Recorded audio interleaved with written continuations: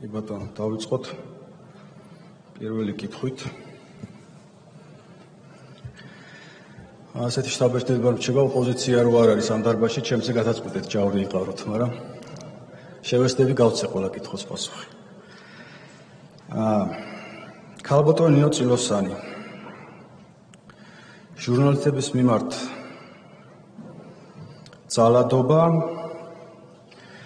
და ასევე და კონკრეტულ მაგალითების დასახელებას ითხოვდა. მე მგონი უამრავი მაგალითი არის, ახლა ანგარიში თუ ნახავთ, იქ მითითებული არის ჟურნალისტების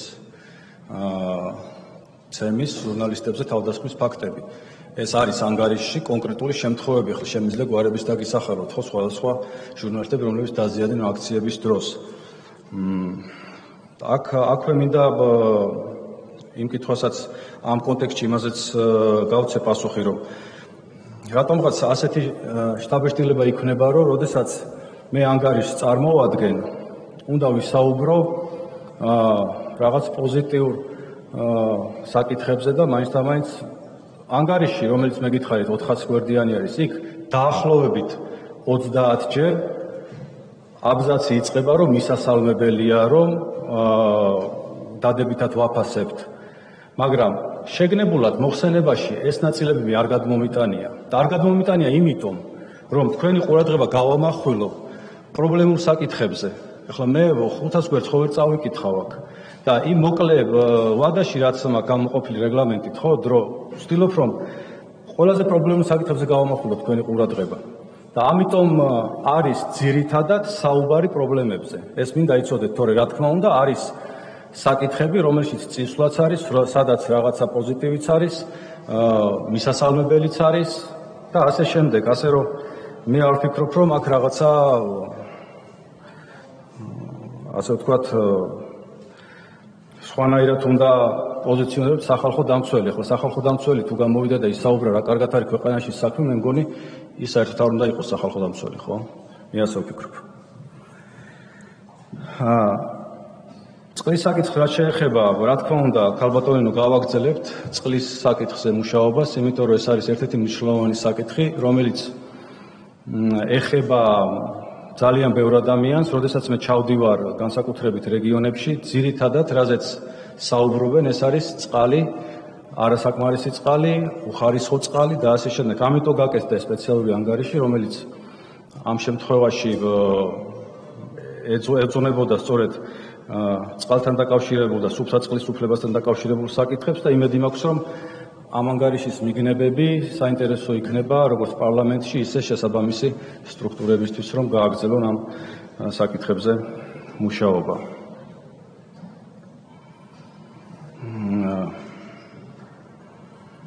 ქალბატონი თეა ცულუკიანის კითხვები და მოსაზრებები, რომელიც საკმაოდ კრიტიკული იყო. ქალბატონი თეა, პირველ რიგში დავიწყებ იმასთან, რომ ვისთან ერთად მუშაობ, მე მუშაობ იმ ადამიანებთან, რომლებიც დამხვდნენ სახალხო დამცველში, რომელიც მნიშვნელოვანი ნაწილი არის ბატონი სოზარის დროინდელი, შემდეგ არის სხვა სახალხო დამცველების დროს მისული ადამიანები და მე არ ვფიქრობ, რომ ადამიანები თუ თავის საქმეს კეთილწინს ასრულებენ, ვის პერიოდში არის მოყვანილი ან ვინ იყო სახალხო დამცველი იმ დროს, ამის მიხედვით უნდა გავსაჯო მათი მომავალი და ეს უნდა გახდეს, ვთქვათ, რეორგანიზაციის საფუძველი.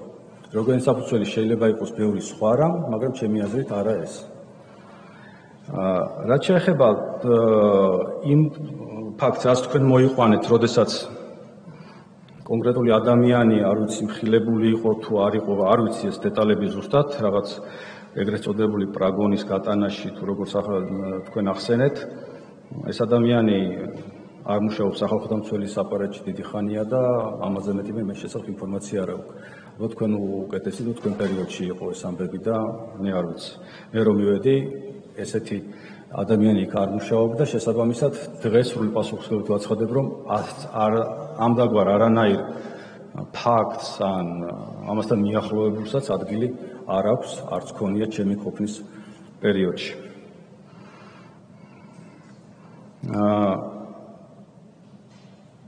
თქვენ არ გაქვთ არ ვიცი რაზე დაყრდნობით საუბრობთ, მაგრამ რომ ჩემი იმედი არ გაქვთ რომ თქვენ უფლებებს დავიცავ, მაგრამ დამერწმუნეთ თუ სახელმწიფო დაარღვევს თქვენ უფლებებს, ნამდვილად დავიცავ. თუ სახელმწიფო დაარღვევს. იმიტომ რომ სახალხო დამცველი იცავს ადამიანის უფლებებს სახელმწიფოსგან და არ იცავს სახელმწიფოს. ეს წერია ორგანულ კანონში და ეს არის კონსტიტუციური ჩანაწერის სულისკვეთება. იმიტომ ვერ ხედავ თქვენმე პოლიციელების მოსანახულებლად. განა იმიტომ რომ ადამიანად გული არ შემტკივა ამ ადამიანებისთვის და ძალიან ცუდი ფაქტია და ყოველთვის ვამბობ ხოლმე რომ მიუღებელი აბსოლუტურად პოლიციაზე ძალადობა. და ძალიან გული შემტკივა და შემხვედრია ადამიანი, ქალბატონები, რომლებსაც უთქვიათ რომ ჩემი შვილი პოლიციელი და რატო მათზე არასოდეს არ ლაპარაკობ.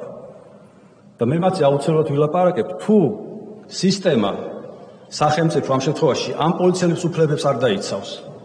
მაგრამ ჩემი მოვალეობა არის დავიცვა ადამიანების უფლებები ამ შემთხვევაში სახელმწიფო ამ შემთხვევაში პოლიციისგან.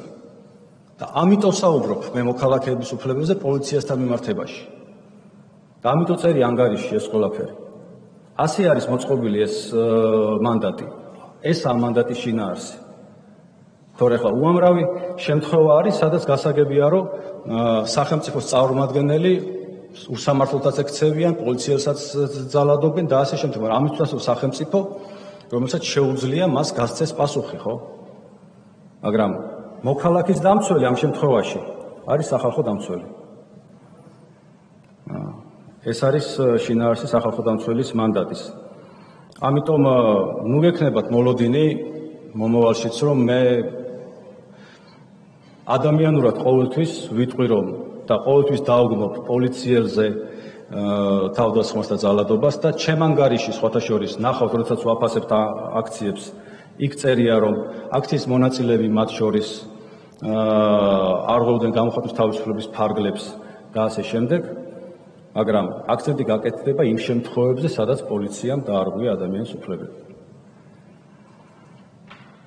ამავე დროს მე მინდა გამოვეხმაურო მარიამ ლაშხის ფაქტს, რომელსაც გამოვეხმაურე კიდევაც.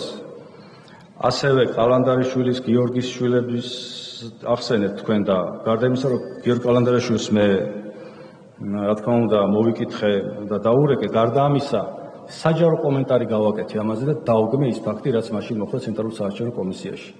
და თქვენ თუ დაინტერესდებით, ამასაც ნახავთ შესაბამის სოციალურ ქსელში. ისე როგორც დავგმე ქალბატონი მარიამის მიმართ ჩადენილი ის ფაქტი. იმიტომ რომ ერთის და მეორეც ეხებოდა არასრულწლოვნებს. აქ სახელმწიფო არაფერს შუაში. ქალბატონმა თეა მიკითხა, რატომ დაგმეო თუ სახელმწიფოს არ დაუშავებიაო და იმიტომ რომ ერთის და მეორეც ეხებოდა არასრულწლოვნებს, რომლის თანდასწრებითაც მოხდა ეს ფაქტი. და არასრულწლოვნები ამ შემთხვევაში იღებენ გაუმართლებელ ზიანს. ასეთი რამე შემყარე. ეს არის მათ მიმართ ჩადენილი ძალადობა და სწორედ ამიტომ დავგმე. ანუ სწორად დასვით თუ არა არ ვიცი, თქვენ დასვით იმ კონტექსტში, რომ მე არ გავაკეთე ამაზე რეაქცია, როგორც კალანდარიშვილის შემთხვევაში, ისე ამ შემთხვევაში და მე გიხსნით, რომ ორივე შემთხვევაში მე ამაზე მქონდა შესაბამისი განცხადება გაკეთებული და ყოველთვის მექნება, როცა საქმე შეეხება არასრულწლოვნებს. არ აქვს მნიშვნელობა, ვისი შვილი იქნება ის ნამდვილად. ამავე დროს ძალიან გთხოვთ, ნუ გთხოვთ პოლიტიკური განცხადებების გაკეთებას. აქ გაიჟღერა, რომ ვიღაცები იყვნენ ჩამოსული პარლამენტის წევრები, რაღაცები ილაპარაკეს, კიდე რაღაც იყო, ხო, ესეთი საკითხები, ნათქვამი, რომელიც აბსოლუტურად არ შედის ჩემ კომპეტენციაში. ითქვა, რომ რევოლუციის მოწყობის ცდილობა იყო. შეიძლება იყო. შეიძლება ჩამოვიდნენ და რაღაცები ილაპარაკეს, რაც არ უნდა ილაპარაკათ. მე არ ვიცი, ეგ არ არის ჩემი მანდატის ნაწილი, რომ პოლიტიკური განცხადებები ვაკეთო ამ ყველაფერზე.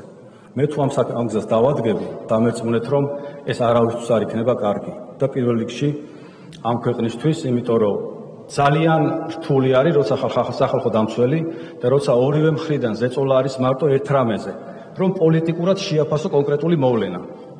და აქედან რომ გავლენ ოპოზიციური ტელევიზიები მომთხოვენ ისევ პოლიტიკურ შეფასებას სხვადასხვა დროს დაკავებული ადამიანებს, არიან თუ არა პოლიტიკური პატიმრები და ასე შემდეგ. რასაც ასევე არ ვაკეთებ. იმიტომ რომ მიმაჩნია, რომ ჩემი პოზიცია უნდა იყოს ნეიტრალური, დაცლილი პოლიტიკური შეფასებისგან. ბატონო?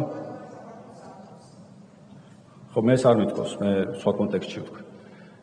ასე რომ ეს არის ჩემი პოზიცია და ძალიან გთხოვთ თქვენც მომავალშიც, ნუ მომხდით პოლიტიკურ შეფასებებს. იმიტომ რომ როცა მე დავიწყებ პოლიტიკურ შეფასებებს, მე გავალ ჩემი მანდატის ფარგლებიდან. და ეს არის რისის მჯერა და როგორც ვაპირებ ჩემი ვადის ბოლომდე მუშაობას.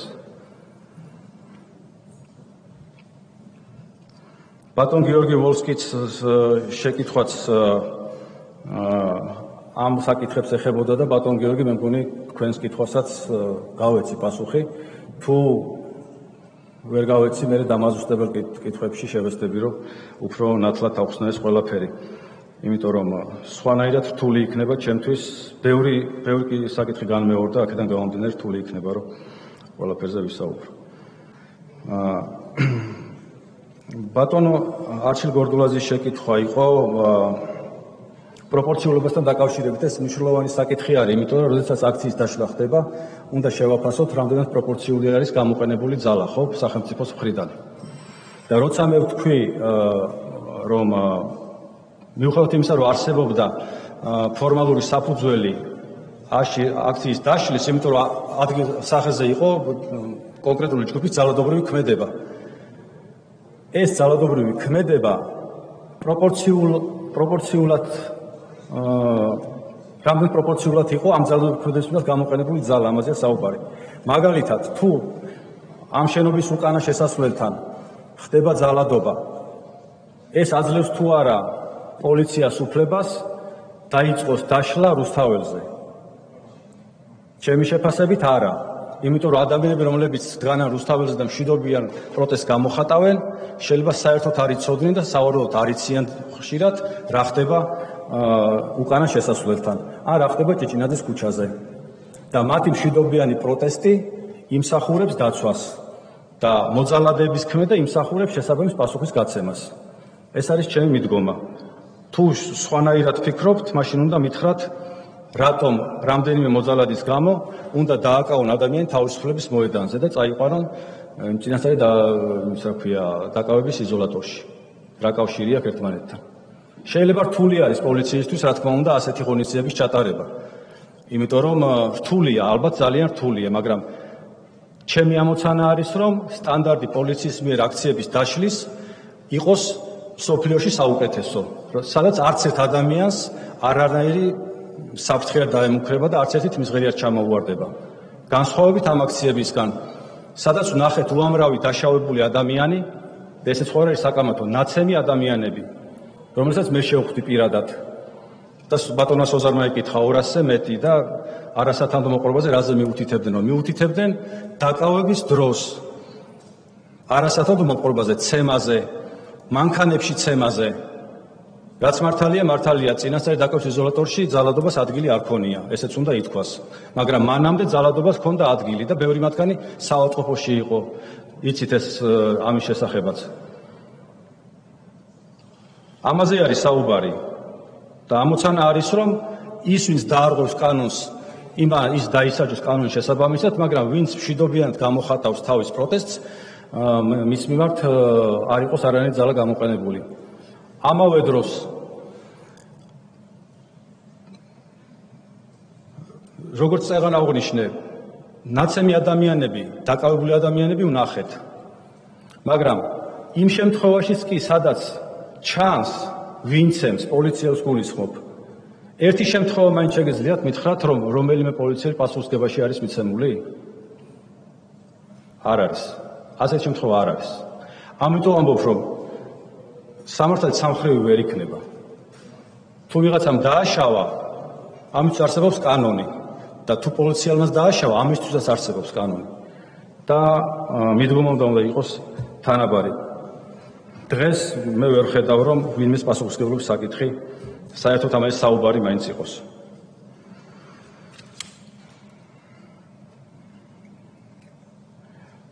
ბატონ არჩილმა ისაუბრა სწორედ აი ამ სხვა ქვეყნების პოლიტიკოსების ჩარევაზე ჩვენს შიდა პოლიტიკაში, რაზეც აი ამაზე ვთქვი, რომ ეს არ არის ჩემი განსახილველი თემა ნამდვილად.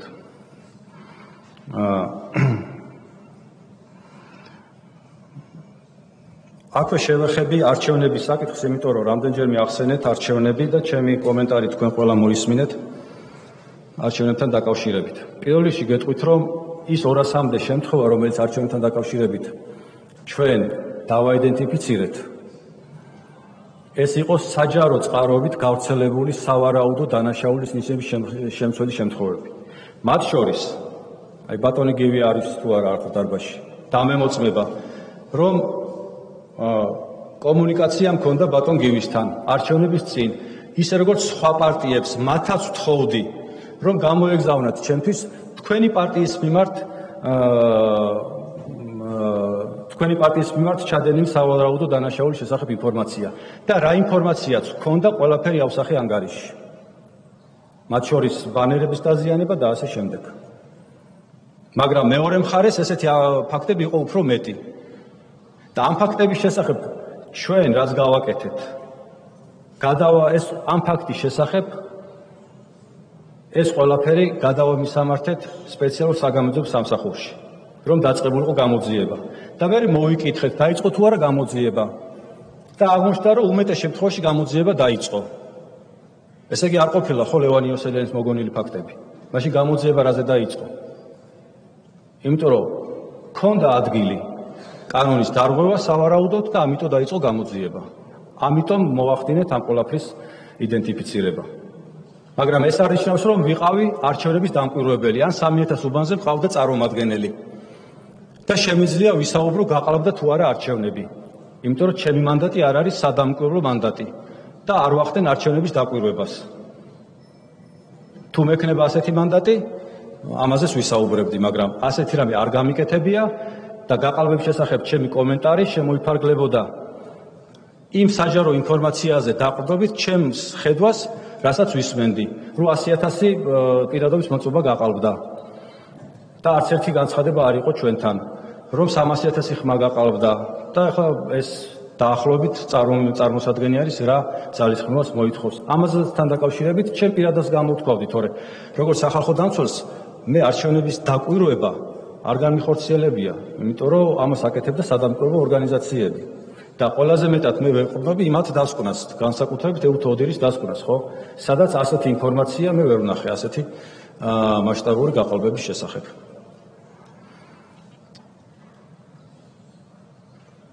ამავე დროს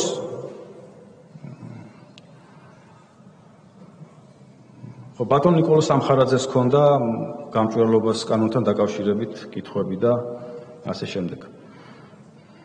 მე არ ვიცი ამ გამჭვირვალობის კანონის ირგვლივ თუ ვინმე ამ ქვეყანაში გაილანძღა, ალბათ ერთ-ერთი მე ვიყავი, იმიტომ რომ მე ვამბობდი, რომ გამჭვირვალობა არის ლეგიტიმური მიზანი. და შესაბამისად ამ მიმართულებით არანაირი კითხვის ნიშანი არ დამისვავს. თუმცა სხვა მიმართულებით იყო კითხვის ნიშნები, რაზეც საუბარი იყო ანგარიშში. და ეს შეეხებოდა პერსონალური მონაცემების გამჟღავნების შესაძლებლობას. რაზეც მივმართე იუსტიციის მინისტრს და მან გაითვალისწინა ნაწილობრივ ის ზოგადი წინადადება, რაც მომზადდა ამათთან დაკავშირებით და ეს პერსონალური ინფორმაცია დაიხურა. პირადი ნომერი ბანკის ანგარიში. მაგრამ დარჩა სახელი და გვარი, რომელზეც ასევე ვთხოვდით, რომ ეს ყოფილიყო დახურული. ასევე იცით, რომ სიტყვა აგენტი იყო ბევრისთვის შეურაცხყოფელი. განსაკუთრებით ეთნიკური უმცირესობის წარმომადგენლებისთვის, რომელსაც მე მომართეს და მთხოვეს, რომ ამაზე გამეკეთებინა აქცენტი. და ვამბობდი, რომ შეიძლებოდა, რა თქმა უნდა, იმდაგვარი საკანონმდებლო ინიციატივის მიღება, სადაც ვიღაცისთვის ეს არ იქნებოდა შეურაცხყოფელი, ხო? განსაკუთრებით ეთნიკური უმცირესობებისთვის. მათი პოზიცია მაშინ იყო ასეთი და ამასაც ვიზიარებდი. და ამას ისინი ძალიან კარგად ასაბუთებდნენ.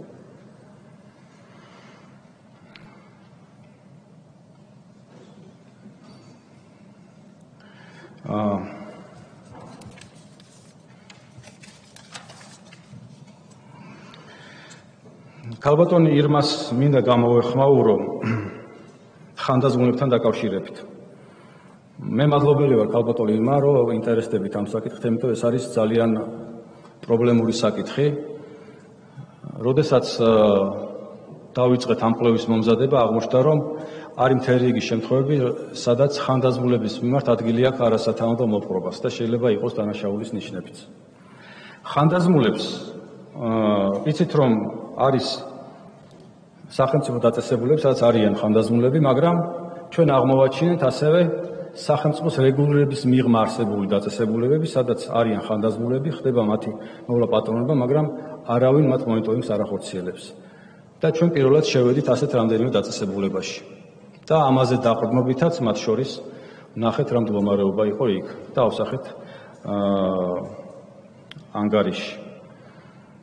ამიტომ ეს არის ერთ-ერთი მნიშვნელოვანი საკითხი, ვინაიდან ხანდაზმულების რაოდენობა ქვეყანაში იზრდება და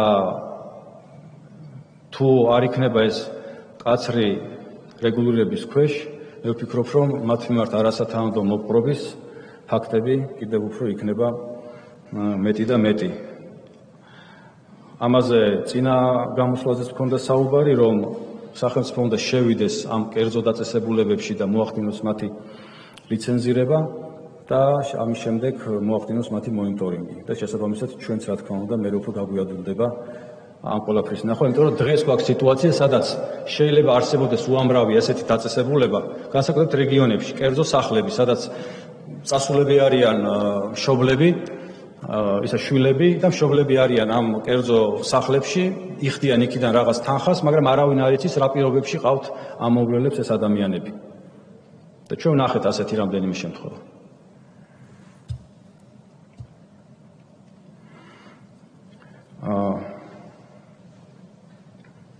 ბატონო რატი, თქვენ რამდენიმე საკითხი წამოჭერით. მაგრამ ყურადღებას გავამახვილებ, აქ კოტირება ახსენეთ, ასევე სხვადასხვა მიმართულებით არ დაეთანხმებით ჩემს შეფასებებს. იცით რა არის, დავიწყებ იმით, რომ მე ვფიქრობ 2024 წელს შეიძლება ის რაც თქვენ ახსენეთ, ეს იყო რაღაცა, ასე ვთქვათ, მცირედი პროგრესი, მაგრამ მთლიანობაში შშმ პირების მიმართ რაღაცა პრინციპული გაუმჯობესება არ მომხდარა. და ამას საუბრობენ თვითონ შესაძლებლობის ადამიანები. თქვენ იცით, რომ ჩვენთან არსებობს საბჭო და ეს საბჭო პერიოდულად იკრიბება და ისინი ყველაზე კარგად აიდენტიფიცირებენ იმ პრობლემებს, რაც მათ ეხებათ. ამიტომ ძალიან მისასალმებელია პარაოლიმპიელების გამარჯვებაც, ძალიან გულშემატკივრობ და ულოცავ, მაგრამ მე მგონი ეს გამარჯვებები კიდე უფრო მეტ სტიმულს უნდა გვაძლევდეს, რომ ამ ადამიანებისთვის ყოველდღიურობა უფრო გამარტივდეს და ხელმისაწვდომი იყოს ყველაფერი დაწყებული სოციალური ქსელებიდან დამთავრებული უბრალოდ, რა ვიცი, საარჩევნოთ მისვლით. სადაც მე პირადად ერთ-ერთ უსინათლო პირთან ერთად ვიყავი და მე რო არ ყოფილიყავი მასთან ერთად ის ნამდვილად ხმას ვერ მისცემდა, ესეც შემიძლია გითხრათ. იმიტომ რომ არ იყო ადაპტირებული საარჩევნო უბანი უსინათლო ადამიანისთვის. კოტირებას რაც შეეხება, გეთანხმებით, რომ პარლამენტი არ უჩივის ქალების რაოდენობას, მაგრამ განსხვავებული სიტუაცია არის საკრებულოებში და მუნიციპალიტეტებში. 2021 წელს ამ კოტირების სისტემის წყალობით, მაგალითად, მარნეულის მუნიციპალიტეტში საერთოდ პირველად მოხდა ქალის არჩევა საკრებულოში და 5 ქალი იყო ასეთი. აბაშაში, როგორც თუ არ ვცდები, 1-დან გაიზარდა 7-მდე. ყველა სხვა საკრებულოებში ასევე ქალების რაოდენობა მკვეთრად აიწია. მე პარლამენტზე არ ვსაუბრობ. პარლამენტში ქალები არც თავს დააჩაგვრინებენ და ვერც ურავინ ვერ დაჩაგრავს, მაგრამ სხვა სიტუაცია გვაქვს რეგიონებში. და ეს კოტირების სისტემა ამ პროცესს მით უმეტეს იყო დროებითი, ვფიქრობ, რომ ახალისებდა. ამიტომ შევაფასე უარყოფითად და დღესაც ვფიქრობ, რომ მნიშვნელოვანია რეგიონებში ქალების წარმომადგენლობა გაიზარდოს. და თუ ჩვენ ახლა მივიღებთ სურათს თვითმმართველობის არჩევნებზე, რომ ქალების რაოდენობა შემცირდება საკრებულოებში, ეს იქნება ძალიან სავალალო. იმიტომ რომ ის ქალები, რომლებიც იქ მოხვდნენ, სხვათა შორის, არ იყვნენ დაკავებული პოლიტიკური დღესდღეობით ძირითადად. დაკავებული იყვნენ ქალების საჭიროებებზე ორიენტირებული საკითხების ლობირებით და არ იყო განსხვავება იქ ოპოზიციონერი იყო ის ქალი თუ იყო მართველი პარტიიდან. რაც ეხებოდათ ქალებს, ისინი მე რა ინფორმაციას მაქვს, ძირითადად ერთად უჭერდნენ მხარს. ამიტომ ვთვლი, რომ ამ გადაწყვეტების მიღება იყო მცდარი.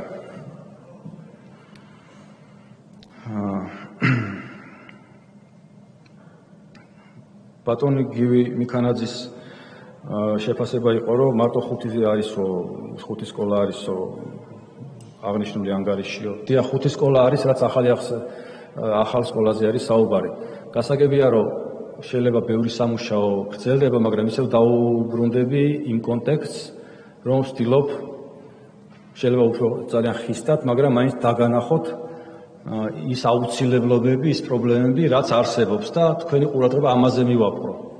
და არა ვილაპარაკო, როგორ ყველაფერი კარგად კეთდება, მაგრამ ესეც არის გასაკეთებელი. ასე არ ვილაპარაკობ, ვლაპარაკობ, რომ ეს არის გასაკეთებელი და თუ რამე კარგად კეთდება, ძალიან კარგი, უნდა გაკეთდეს. მე ასე ვფიქრობ და ასე ვუყურებ.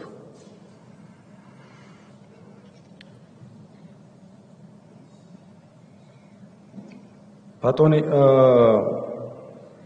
ზაზა ლომინაძის კითხვაც მოიცავდა ისევ ამ შვილების თემას, რაც ნამდვილად ძალიან პრინციპული არის ჩემთვის და პირობას გაძლევთ, რომ არ აქვს მნიშვნელობა, ვისი შვილის მიმართ ექნება ადგილი რაღაც ბულინგს თუ ძალადობას თუ რაც არ უნდა იყოს.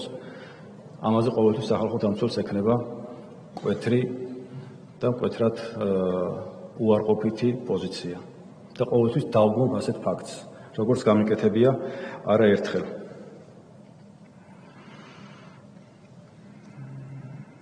აქ ასევე კითხვა დაისვა ორსულებთან დაკავშირებით, ეს დიდი ხნის საკითხია ბატონო ზაზა, თქვენ მოგეხსენებათ, რომ საქმე ეხება კერძო კომპანიებს, რომლებიც ორსულობის შემთხვევაში არ უხდიან იმ გასაცემლებს და იმ თანხებს, რასაც საჯარო სტრუქტურებში ადამიანები იღებენ და ყოველთვის ამაზე ვსაუბრობთ, რომ მათაც ჰქონდეთ ეს ვალდებულება, რომ ორსულების და არა მარტო ორსულების დეკრეტული შეუგულების პერიოდში მან გადაიხადონ სრული გასამჯელო, რასაც ადამიანი იღებს. ეს არის ჩვენი პოზიცია. და მე ვფიქრობ, რომ აბსოლუტურად სამართლიანია, იმიტომ რომ დედა საჯარო სექტორში დედაა და კერძო კომპანიაში დედა, რა განსხვავება იმის შვილსაც ისევე ჭირდება დეკრეტულ შეუგულებაში მოვლა, როგორც იმ კერძო კომპანიაში დასაქმებული დედის სახალშობილს. მე არ მისის რა განსხვავება, რატო არ უნდა გადაუხადოს. ბატონო ილია, თქვენი შეკითხვა შეეხებოდა გალის რაიონში მცხოვრებ ადამიანებს და მე მინდა გითხრათ, რომ შევხვედრილ არა მარტო გალის რაიონში მცხოვრებებს, არამედ შევხვედრილ ვარ აფხაზეთის დანარჩენ ტერიტორიაზე მცხოვრებ ადამიანებსაც, რომლებიც სარგებლობენ იმ ჯანდაცვის სერვისით, რომელსაც სახელმწიფო მათ უსასყიდლოდ თავაზობთ ისიც ამის შესახებ და ისინი რა თქმა უნდა ძალიან მადლიერები არიან ამის. გასაგებია, რომ საჯაროდ არ საუბრობენ და ვერ ისაუბრებენ, თუმცა ჩემთან საუბარში მე ვისაც შევხვედრილ ვარ, ნამდვილად ეს მადლიერება მათ გააჩნიათ ქართული სახელმწიფოს მიმართ.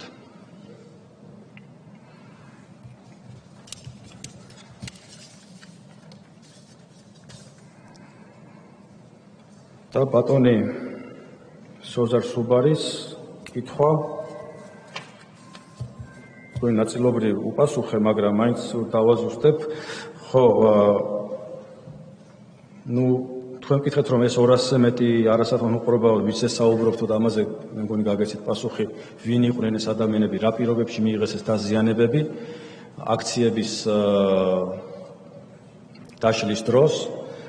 კიდევ ერთხელ გავუმეორებ, ეს ხდებოდა დაკავების დროს, მანქანებში, ეგრეთ წოდებულ სამარშრუტო ტაქსებში და ეგრეთ წოდებულ კორიდორებში, როდესაც მათ აკავებდნენ და როდესაც ფიზიკურად უსწორდებოდნენ. რაც შეეხება არაფორმალურ მმართველობაზე თქვენს დასმულ კითხვას, იცით რა არის? ამაზე მარტო ჩემს ანგარიში კი არა, ესპეტის ანგარიშიც არის საუბარი. რომ არის არაფორმალური მმართველობის ცალკეული შემთხვევები და როდესაც ისინი იყვნენ მონიტორინგზე ჩამოსულები, მათ დააიდენტიფიცირეს ეს ყველაფერი. გარდა მაგისა, რომ მათ ანგარიში არის ეს, ჩვენს დავაიდენტიფიცირეთ კონკრეტული ინტერვიუებით და მშავდებლებთან გასაუბრებებით. და რა თქმა უნდა, ყველა ასეთ შემთხვევაზე მიმართეთ შესაბამის უწყებებს გამოძიების დაწყების მიზნით. და ამას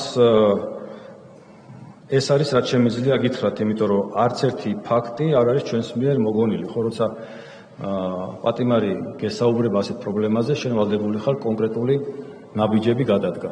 და მით უმეტეს, როდესაც ეს პიტიც თავის ანგარიშში აღნიშნავს ამ პრობლემის შესახებ, ესე იგი ეს პრობლემა არ არის რაღაცა ყურით მოთხრეული და ამას აქვს რაღაც თავისი საფუძვლები. ამიტომ წერთ ამ ანგარიშში უფრო დეტალურად, რომ პენტენციურმა სამსახურმა განსაკუთრებული ყურადღება გაამახვილოს ამ საკითხზე და ქალბატონი თეას დაუბრუნდები, იმიტომ რომ მან ლაითურის დაწესებულება ახსენა, ლაითურის დაწესებულება 23 წელს გაიხსნა და ეს დადებითად გვაქვს ანგარიში შეფასებული ქალბატონო თეა, თუმცა მე არასოდეს არ მithქვავს, რომ ყველა პენტენციურ დაწესებულებაში ერთნაირი მდგომარეობა არის. არის განსხვავებული მდგომარეობა. ლაითურში არის კარგი, მე-17 დაწესებულებაში არის ცუდი. ქსანში არის ცუდი, მე-16-ში არის კარგი და ასე შემდეგ. ეს დამოკიდებული არის დაწესებულებებზე და ამიტომ ყოველთვის საუბრობ მცირე ზომის ახალი პენტენციურ დაწესებულების აშენებლობის აუცილებლობაზე. ძველი დაწესებულებები თვითონ ინფრასტრუქტურულად არ იძლევა იმის საშუალებას, რომ ადამიანის უფლებები სრულყოფილად იყოს დაცული. ახალ დაწესებულებებში ეს შესაძლებელი არის. ძველებს სამწუხაროდ არა და იმიტომ აქ ადგილი იმ ფაქტებს, რა ფაქტებზეც ანგარიშში გვაქვს საუბარი.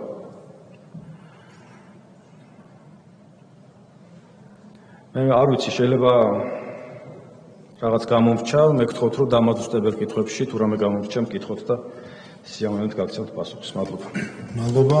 ორი დამადუსტებელი კითხვა არის თეა წულუკიანი, რათი იონათანიშვილი.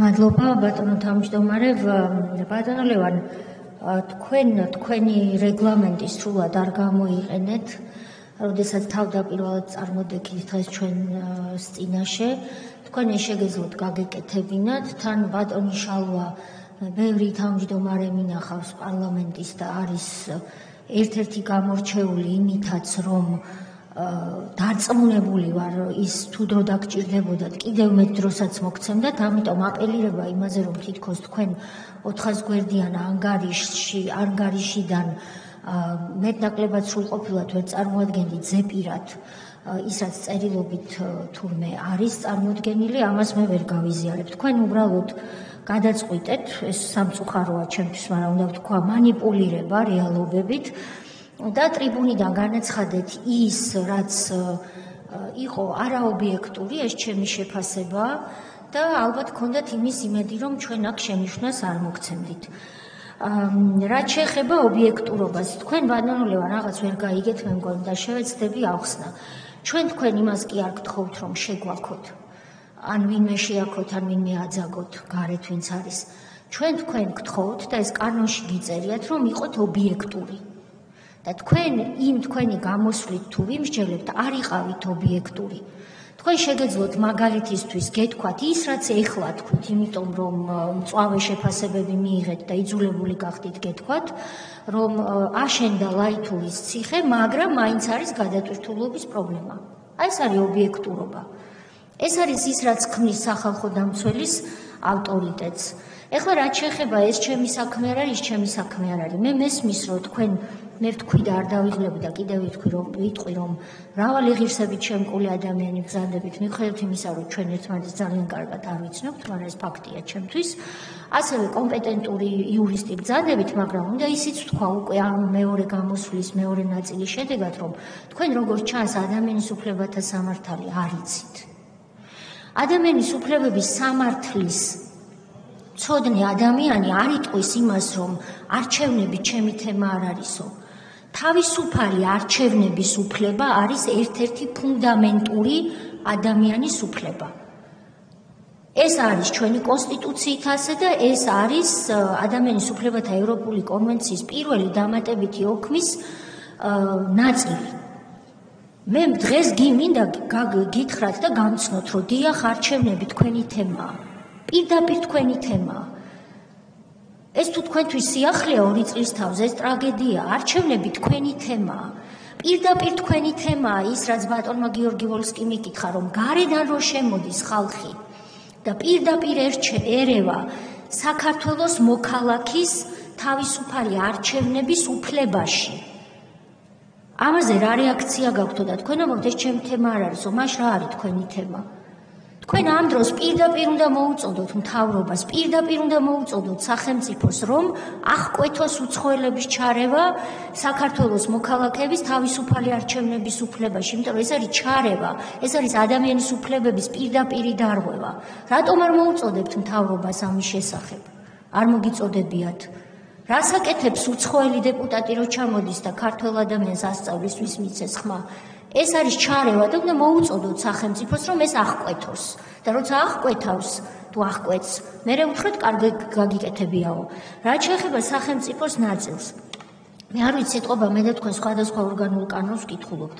ორგანული კანონი, რომელიც მართავს თქვენ საქმიანობას, მეორე მუხლია ასეთი, სადაც პირდაპირ გიწერიათ, რომ საქართველოს ტერიტორიაზე და მის იურისდიქციის ფარგლებში თქვენ გევალებათ ზედამხედველობა გაუწიოთ ადამიანის უფლებების დაცვას. ეს გევალებათ თქვენ. და ერთმანეთს ეწინააღმდეგება თქვენი გამოსვლა, მაგალითს გეტყვით, თქვენ რომ გამოდიხართ და გვეუბნებით, რომ მოხუცებს თურმე ოჯახში ძალადობის მხარებლები არიან მოხუცებიო, იქ ხო სახელმწიფო არცემს მოხუცს. თუ ეს თქვენი საქმე არ არის, ამაზე რატო ლაპარაკობთ? მაგრამ თქვენი საქმეა. კაცმა კაცი რომ მოკლას ქუჩაში, სახელმწიფო სად არის ორი მეზობელი თუ იჩხუბებს. იმაზე რატო ლაპარაკობთ მაშინ? ქმარმა რო ცოლი მოკლა, იქ სახელმწიფოს ხო არ მოუკლავს, რატო ლაპარაკობთ ამაზე? მაგრამ თქვენი საქმეა და იმიტომ ლაპარაკობთ, მაგრამ როცა მარიამ ლაშხი გაანერვიულეს, პატარა ბავშვები, სხვებმა კერძო პირებმა, ესო ჩემი საქმე არ არისო. ლიეტუველი რო ჩამოდის და მარიგებს აქ ჭკუას ვის მივცე ხმა, ეს რო ჩემი უფლებების დარღვევაა, მაშინ არ არის ეს თქვენი საქმე? ამიტომ ნუ აირევით ჩემს რჩევა. ნუ აირევით. უტრირებთ ძალიან მწუხარო. არ უტრირებთ, თქვენ მანიპულატორად, თქვენ მანიპულირება გააკეთეთ ფაქტებს. მე არ ვიცი თქვენ 9 საათი რაზე მსჯელობდით, მაგრამ ეს ხო ფაქტების მანიპულირება. მოდით ესე შევთანხმდით, ან თუ არ შევთანხმდებით, ეს თქვენივე ავტორიტეტისთვის არის ცუდი, რომ საქართველოს ტერიტორიაზე ყველა ტიპის ადამიანის უფლება გეხებათ თქვენ.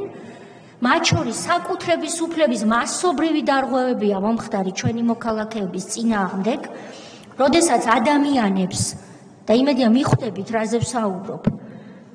ადამიანებს შარშან აუკრძალეს ზოგიერთს მიმოსვლის უფლება, რომელიც საერთოდ არ არის პოლიტიკაში ჩართული და არის პოლიტიკოსის ოჯახის წევრები. ეს არის კონსტიტუციური და კონვენციური ადამიანის უფლება, რომ იმიტომ რომ შენი ქმარი, ცოლი თუ მეზობელი თუ ვიღაცა არის ჩართული ქართული ოცნების მხარეს, იმას გადაადგილების უფლებებს უზღუდავენ. ეს არ არის თქვენი საქმე? თქვენ უნდა მაშინ მოგეწოდებინათ საქართველოს მთავრობისთვის, რომ შეიტანე სტრასბურგის სასამართლოში ბრიტანეთის წინააღმდეგ სახელმწიფოთა შორისი საჩივარიო. ეს არის თქვენი საქმე. მე ამას ახლა არ უნდა ვიძახდე. ამას თქვენ უნდა იძახდეთ. იცავდეთ ხმალამოღებული ყველას განურჩევლად და თქვენ ყველას ხმალამოღებით განურჩევლად არ იცავთ, იმიტომ რომ გწვენიათ და ჩვენი არსებობის ნუ გწვენიათ.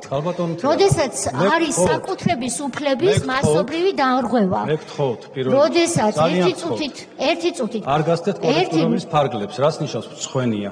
რას ნიშნავს? თქვენ ეტყობ, მაშინ მითხარით რომ აქ გწვენიათ ჩვენი დაცვა. თქვენ გწვენიათ ჩვენი დაცვა, როდესაც შარშან საანგარიშო პერიოდში იყო საკუთრების უფლების და მიმოსვლის თავისუფლების მასობრივი დარღვევები, დეპუტატების, მინისტრების, ეხლა ხო აღარ არის გომელაური მინისტრი. ვიტყვი, ხო? დეპუტატებზე, მათ ოჯახის წევრებზე საკუთრების უფლებები დაირღვა, აღარაფერს ვამბობ ბიძინა ივანიშვილზე, მაგრამ თქვენ გწვენიათ ამაზე ლაპარაკი. მასობრივად დაირღვა საკუთრების უფლებები, ყველანაირი ტიპის, უკანონოდ, ყველანაირი შემოწმების გარეშე. თქვენ მოუწოდეთ ვინმეს რამისკენ, რომ ეს არ ვარგა? არა, ალბათ, იმიტომ რომ დეპუტატია, მინისტრია, მაღალი დონის პოლიტიკოსია, პარტიის თავმჯდომარეა და ეს არ არის, მოდით, მე ჩემსაც გეტყვით თქვენ, რა თქმა უნდა, თქვენი უფლება ისეთ რაღაცას მეუბნებით, ჩვენ აშკარად სხვადასხვა წარმოდგენით ადამიანის უფლებებზე აბსოლუტურად. კი, მე ადამიანის უფლებების სპეციალისტი ვარ, თქვენგან გასწავლით. არ ვიცი, როგორი სპეციალისტი ხართ, მე ამას ხები შეაფასებენ, კი, მის უფლებებზეც მე მიმუშავია. თქვენ დაიჯერეთ როგორმე, რაც არ უნდა გირჩიონ ლომჯარიას კადრებმა, რომ საქართველოს ტერიტორიაზე მყოფი ნებისმიერი ადამიანის ადამიანის უფლების დარღვევა გეხებათ განურჩევლად იმისა, ვინ არღვევს ამ უფლებას. განურჩევლად. როდესაც პოლიციელმა თვალი დაკარგა, თქვენი მოვალეობა იცით რა არის? სახელმწიფოს მოუწოდოთ, რომ სასწრაფოდ გამოიძიოს ეს და ვინც თვალი ამოთხარა, ის სამაგალითოდ დასაჯოს. აი ეს არის თქვენი უფლებამოსილება და ვალდებულება. აი ეს არის ადამიანის უფლებების სამართალი არის ბალანსი და თქვენ ამ ბალანსს ხართ ბოლომდე აცდენილი. მადლობა. მადლობთ, რადი იონთამიშვილი. დიახ, ასაკითხებს მინდოდა ყურადღების გამახვილება ბატონო ლევან. თქვენ პასუხის დროს ახსენეთ პრინციპული წინსვლა და პრინციპული ცვლილებები. აქაც ტექსტშიც ანგარიშზე პრინციპული ყოფილიყო, მე ამ დაბოში თქვენთან არ შემოვიდოდ. უბრალოდ თქვენ ანგარიში წერია, რომ საერთოდ დადებითი არაფერი მოხდა და ცალკეულ შემთხვევებში კიდე უკუსვლა არის. ესეთი ფორმულირება არის დაახლოებით შინაარსი, ესეთია და აქედან გამომდინარე მქონდა, იმიტომ რომ იმ წელს, როდესაც პერსონალური ასისტენტის სტანდარტი და სერვისი დაინერგა, როდესაც დამოუკიდებელი ცხოვრების ცენტრების მუშაობა დაიწყო, ასევე როდესაც პარალელური წელი იყო, ამ დროს აი ესეთი შეფასება, რომელსაც პირიქით არის, რომ დადებითი დინამიკა არის, რა თქმა უნდა, ჩვენ ვართ მაქსიმალისტები, გვაქვს მეტი ამბიცია და აუცილებელია, რომ მეტიც გაკეთდეს და მეცაც გავაკეთებთ, მაგრამ იმის შეფასება, რომ არ ყოფილა ერთი ფიქრობთ, რომ არასწორი არ რელევანტურია და მეორე ცნობიერების ამაღლებაზე აუცილებლად მაგავაკეთო ერთი პატარა კომენტარი, იმიტომ რომ თითქოს მეორე ხარისხოვან უფლებად არ მინდა ეს ვინმე ჩათვალოს ან ვალდებულება. იმიტომ რომ გაეროს კონვენციაში შემოგვითა მიმართულებით, მოგესალმებით 50 მუხლისგან შედგება. ამ 50 მუხლიდან მერვე მუხლი არის ცნობიერების ამაღლების მუხლი და ამაზე ზევით დგას მხოლოდ დისკრიმინაციის წინააღმდეგ ბრძოლის შშმ ბავშვთა და შშმ ქალთა მუხლები. მისაწვდომობის მუხლიც კი და შრომის დასაქმების მუხლიც კი მერე მოდის. და ეს იერარქია შემთხვევითი არ არის ამ ყველაფერში, ვინაიდან ცნობიერების ამაღლება შშმ პირთა უფლებების გამტკიცებისთვის არის ერთ-ერთი ყველაზე მნიშვნელოვანი გარემოება, რომელიც ფუნდამენტური წინსვლის და ცვლილებების ყველაზე ეფექტურ საშუალებას ქმნის. და იმისთვის, რომ ცნობიერების ამაღლება მოხდეს ყველაზე ეფექტურად, ამისი მთავარი ინსტრუმენტი და ამისი მთავარი შესაძლებლობა სწორედ პარალიმპიური თამაშები არის და პარალიმპიური მოძრაობა არის და ამ იდეამ სოფლიო დამოსtildeებით ყველაზე ეფექტურად და ყველაზე პოზიტიურად შეძლო საზოგადოების ცნობიერების ამაღლებაზე მაქსიმალური გავლენის მოხდენა. ამიტომაც ვამბობ ჩვენ, რომ ინვესტიცია პარალიმპიურ მოძრაობაში ეს არის ინვესტიცია უკეთეს ინკლუზიურ საზოგადოებაში და ეს არ მინდა ვინმე მეორე ხარისხოვან უფლებად ჩათვალოს, ამიტომ აი ამის დაზუსტებაც მინდოდა, რომ ეს არის როგორც უფლებაც, ასევე სახელმწიფოს მხრიდან ეს არის ვალდებულება და ის ვალდებულება, რომელიც მე ვფიქრობ სწორედაც, რომ 2024 წელს საქართველოში ფუნდამენტური ცვლილებების საფუძველს იძლევა. მადლობთ. ერთი კიდევ გიორგი ვორსკი და შემდეგ ხო, დაზუსტება მინდოდა. ჯერ უპირველეს ყოვლისა იმასთან დაკავშირებით, ეს რიტორიკული არ ყოფილა თქვი. ამ საკითხებთან დაკავშირებით, აგერ Facebook-იდან მომაწოდეს ამონაწერი არა. გამოაქვეყნა პოსტი სალომე ზურაბიშვილი წერს, რომ მე თქვენ გითხარით, რომ მზადდება ეს მეიდნის სცენარი და თურმე ეს არის ცუდი, რომ ეს გითხარით და ამის შეფასება მოგვითხოვე. არ მზადდება? ვერ დავინახეთ ამდენი გამოთქმები, ამდენი შემოტევები და პირდაპირ მინიშნება იმაზე, რომ სისხლის ღვრა უნდა მოხდეს. ეს ხო ფაქტია, რომ ეს ხდება და რაღაც მასხრათაგდების თუ გლიცინის სახით აქვეყნებს, მე მგონი, ამ თავის პოსტს ოპოზიციური ლიდერი. ეგერთი საკითხი და მთლიანობაში არ მილაპარაკია ის, რომ ქართული ოცნების პოზიციიდან მაინც და მაინც რომ ერთ მხარესაც და მეორე მხარესაც უნდა იყოს თქვენი სიტყვა კაცილებით უფრო ავტორიტეტული, ვიდრე ნებისმიერი პოლიტიკური ლიდერი. ამაზე უნდა ამაღლდეთ თქო და ეს განწყობაა ესეთი, რომელსაც იმედია, ოდესმე გაითვალისწინებთ თქვენ თუ არა, რომელიმე სახალხო დამცველი ამ ქვეყანაში და მეორე საკითხი არჩევნებთან დაკავშირებით, გარდა იმისა, რაც თეამ გაიმეორა, მე კიდევ დავსვი საკითხი უცხოელებთან დაკავშირებით, თუ არ არის თქვენი საკითხი გასაგებია, არ გინდათ ამ თემაზე პასუხი, მაგას კიდევ ცალკე შეფასება ჭირდება, მაგრამ კონკრეტულად დავსვი საკითხი. არც მეტი, არც ნაკლები დაახლოებით 300,000 ადამიანი დაასახელეს როგორც უფლება შელახული საქართველოში, რომლებმაც თავისი ვერ განახორციელეს თავისი კონსტიტუციური უფლება მიეცათ ხმა და მათ წაართვეს პირადობის მოწმობები. მე გთხოვეთ აი ამ სიტუაციის შეფასება. მართლა ხომ არ იყო რაიმე ნიშანი ისეთი, რაც უნდა გავითვალისწინოთ, თუნდაც მომავალ არჩევნებზე. გამოიწვია დაზუსტებები გისმენთ. მადლობა კითხვებისთვის. ბატონ გიას ბოლო იმით დავიწყებ, იმიტომ რომ ნამდვილად გამომრჩა ამაზე. აქ იყო დასმული კითხვა, მოგმართეს თუ არა პოლიტიკურმა პარტიებმაო გაყალბების მტკიცებულებები, თუ პოლიტიკურ პარტიებს ნამდვილად არ მოუმართავს. მოიტანა რამდენიმე არასამთავრობო ორგანიზაციამ რამდენიმე ყუთი, რომელშიც მათი განცხადებით იყო ეს გაყალბების მტკიცებულები და მე ყველაფერი გადავაგზავნე საქართველოს გენერალურ პროკურატურაში, სადაც მიმდინარეობდა არჩევნების გაყალბების შესახებ გამოძიება. და ამ გამოძიებამ მე მგონი გასცა პასუხი საბოლოო ჯამში ამ კითხვებს. რაც შეეხება დანარჩენ საკითხს, რაზეც ბატონმა გიამ ისაუბრა, ალბათ ეს მისი უფრო პირადი მოსაზრებებია, რაზეც მე კომენტარს არ გავაკეთებ, ვინაიდან ძირითადად პოლიტიკურ შეფასებებს შეიცავს.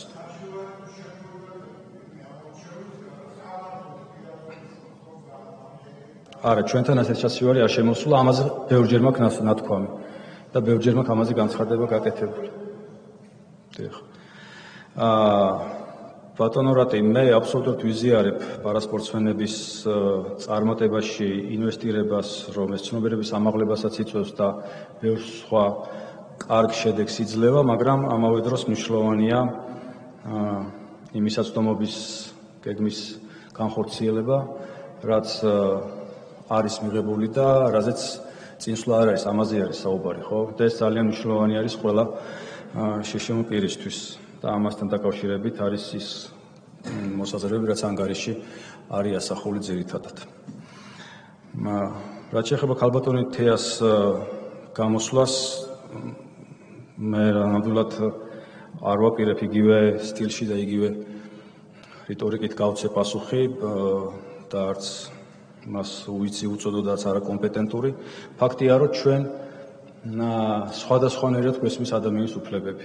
ეს გამოჩნდა ამ დებატების დროს. არ ვიცი, ეს თუ დაახლოვდება როდისმე ეს ჩვენი ხედვები, მაგრამ ყოველ შემთხვევაში, როდესაც მე ვამბობ, რომ არჩევნები არ არის ჩემი თემა, ეს არის უტრირება, არჩევნები არის საარჩევნო უფლება და არის სახალხო დამცველის დასაცავი უფლება, არჩევნების ზედამხედველობა და არჩევნების დაკვირვება როგორც სადამკვირვო ორგანიზაციის ეს არ არის ჩემი თემა. და ამიტომ მე ის 3000 უბანზე რო ყავს ევთოოდის დამკვირვებელი თუ რომელიღაც ორგანიზაციას, ის როგორ შეფასებას აკეთებს, მე ასეთ შეფასებას ვერ გავაკეთებ. და არც იქნება სწორი, იმიტომ რომ მე არ ვარ სადამკვირვო ორგანიზაცია. ამის ახსნას ვთილობდი ქალბატონი თეასთვის, თუმცა მან როგორც ჩანს რაღაცა ვერ გაიგო სამწუხაროა რომ გავიდა დარბაზიდან. ამავე დროს რეგლამენტი არ გამოვიყენე, რეგლამენტი შეიძლება არ გამოვიყენე ბოლომდე და ეჭვი არ მეპარება ბატონი შალვა დამიმატებდა კი რამდენსაც ვთხოვდი იმდენ წუთს. მაგრამ კიდევ ერთხელ ვამბობ, მომავალ წელსაც და იმის მომავალ წელსაც, როცა აქ მოვალ, არ ვაპირებ მიღწევებზე საუბარს. არ ვაპირებ ამას. და ვაპირებ პრობლემებზე საუბარს. მესმის რომ არ არის კომფორტული, მაგრამ ასეთი არის სახალხო დამცველის მანდატი. აქ ზის ყოფილი სახალხო დამცველი და არ ლაპარაკობდა ის მიღწევებზე, როცა სახალხო დამცველი იყო. და ლაპარაკობდა პრობლემებზე, იმ დროს არსებულ პრობლემებზე. მეც უნდა ვილაპარაკო ამ დროს არსებულ პრობლემებზე და არ იქნება პერიოდი, როდესაც არც ერთ ქვეყანაში ისე იქნება მდგომარეობა, რომ პრობლემები ამოწურული იქნება ადამიანის უფლებების კუთხით. ყოველთვის იქნება რაღაცა. და ამაზე უნდა ილაპარაკოს სახალხო დამცველმა. მე ასე ვფიქრობ.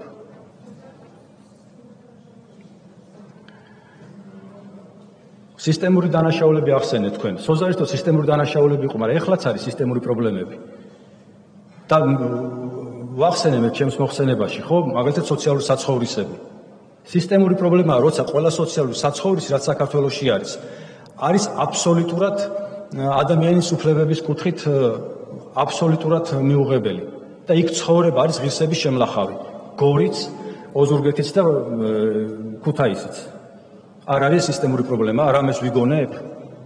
და მე სამ-სამჯერ მაინც ვარ იქ ყველგან ამყოფი. და ამას ვამბობ, სხვადასხვა დროს სხვადასხვანაირი გამოწვევებია. გასაგებია დღეს ციხეში, ქვია, არ აწამებენ ადამიანებს, მაგრამ ეს ხო არ ნიშნავს, რომ სხვა საკითხებზე არ უნდა ვილაპარაკოთ და უნდა თქვათ, რომ ყველაფერი კარგად არის და რა ყველაფერი გადასარევად მიდის ქვეყანაში. და ბოლოს მაინც დავასრულებ იმით, რითაც დავიწყე.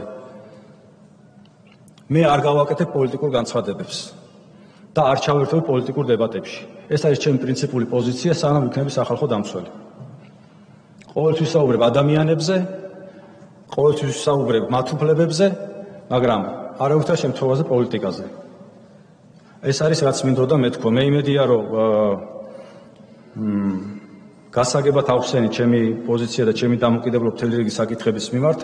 მადლობელი ვარ ყველა კრიტიკული მოსაზრების, მათ შორის, იმიტომ რომ მე არ ვარ ის ადამიანი, ვისაც მიუღებლობა აქვს კრიტიკის ან მიუღებლობა აქვს განსხვავებული აზრის, თუმცა თქვენს ვთხოვთ, რომ როდესაც აფასებთ ჩემს საქმიანობას, თქვენს მაქსიმალურად გთხოვთ, რომ იყოთ ობიექტურები შეფასების დროს.